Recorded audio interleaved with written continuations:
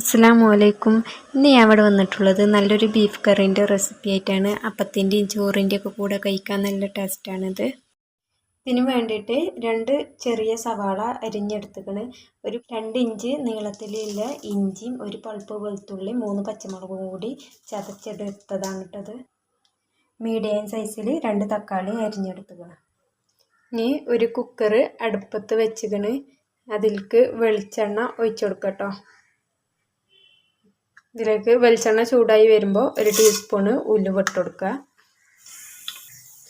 ഉലുവ ഒന്ന് പൊട്ടി വന്നാൽ അരിഞ്ഞു വെച്ച സവാളയിൽ നിന്ന് ഒരു 1/4 ഭാഗം എടുത്തുകൊണ്ട് ഇതിലേക്ക് ഇട്ട് കൊടുക്കുക കേട്ടോ.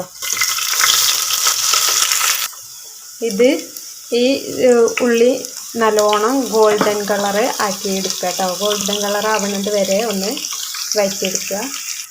ഇതിപ്പോൾ ഇവിടെ കളറ് നല്ലോണം മാറി വന്നിക്കണ്. ഇനി ബാക്കിയുള്ള സവാളയും കൂടി ഇതിലേക്ക് ഇട്ട് കൊടുക്കുക. ഇനി ഇതൊന്ന് വാടി കിട്ടണം കേട്ടോ. ഇതിലേക്ക് ഉപ്പിട്ട് കൊടുക്കുന്നുണ്ട്. ഞാൻ കല്ലുപ്പാണ് കേട്ടോ ഇട്ടെടുത്തിക്കണേ.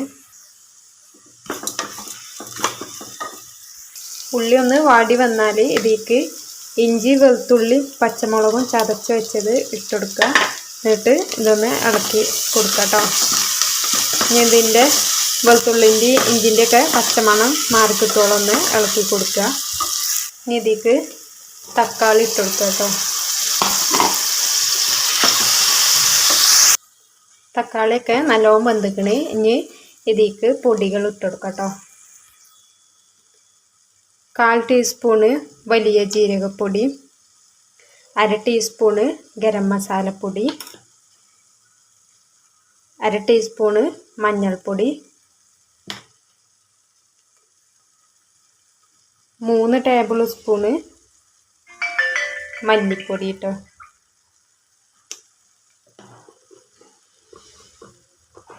പിന്നെ ഞാനിപ്പോൾ ഇവിടെ 1.5 ടീസ്പൂണ് മുളക് പൊടി ഇടണുള്ളൂ. എരിവ് കൂടുതൽ വേണമെന്നുള്ളവർക്ക് കൂടുതൽ ഇടാം. അതുപോലെ കുരുമുളക് 1/2 ടീസ്പൂണ് കേട്ടോ.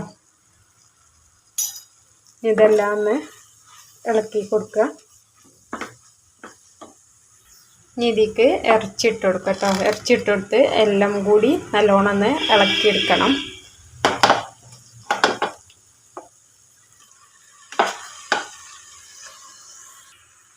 ഉപ്പ് പാകത്തിന് ഇട്ടെടുക്കുക. ഇനി ഇത് എല്ലാം കൂടി ഒന്ന് ഇളക്കിയെടുക്കണം കേട്ടോ. അപ്പോൾ ഇതാ ഇവിടെ ഇറച്ചി മസാല എല്ലാം നല്ലോണം ഇളക്കിയെടുത്തുക്കണ്. ഇനി ഇതിലേക്ക് പാകത്തിന് വെള്ളം പാർന്ന് കൊടുക്കുക കേട്ടോ.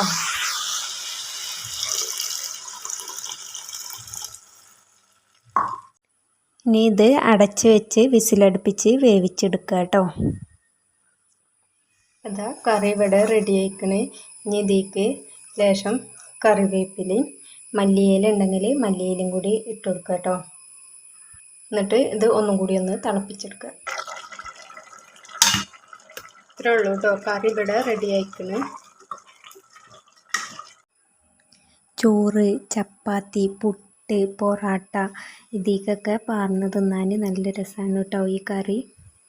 അപ്പോൾ ഇന്നത്തെ വീഡിയോ ഇത്രേ ഉള്ളൂ. ഈ വീഡിയോ നിങ്ങൾക്ക് ഇഷ്ടമായാൽ ലൈക്ക് ചെയ്യുക, ഷെയർ ചെയ്യുക, സബ്സ്ക്രൈബ് ചെയ്യുക. അടുത്തുള്ള ബെല്ലൈക്കൻ എന്നൊക്കെ അതിൽ ഉള്ളൊന്ന് പ്രസ് ചെയ്യണേ.